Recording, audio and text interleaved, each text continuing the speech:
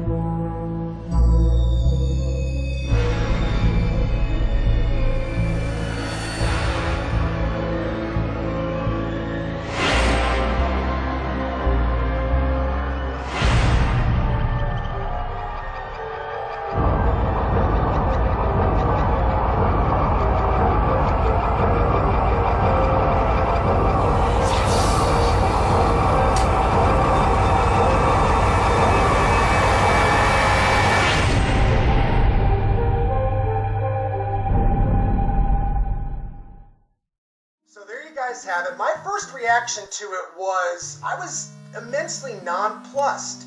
Everything about the trailer, came across as rather dull or drained of color.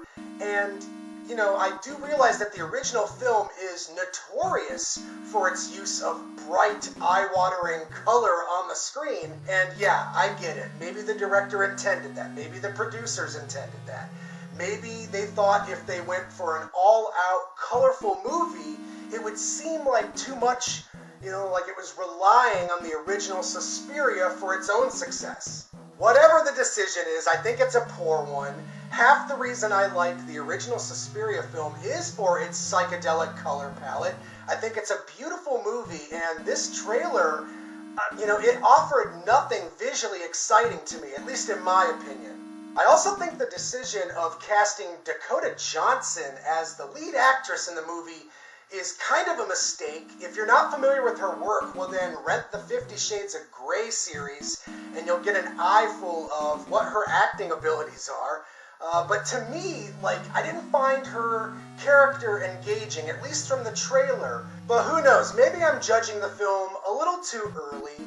I understand that, and maybe that's a little unfair, but at the same time, I am just sick to death of the remakes. I'm tired of these pale in comparison films being stitched to the original piece of art as if it's a part of it, and it rides essentially on the coattails of the notoriety and, you know, all the masses that like the original film. And before everyone decides to just jump up my ass and say, hey Tom, I didn't like the original Suspiria to begin with, so I don't have a problem with this. Hold on a fucking second, okay? I get it. I know why people don't like the movie. The soundtrack is too loud. There's an overabundance of super fast zooms. A lot of the story just doesn't really make much sense.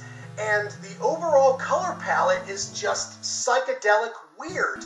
To someone who doesn't like that sort of thing, the movie might come across as more annoying than brilliant, but I would have to disagree with those guys.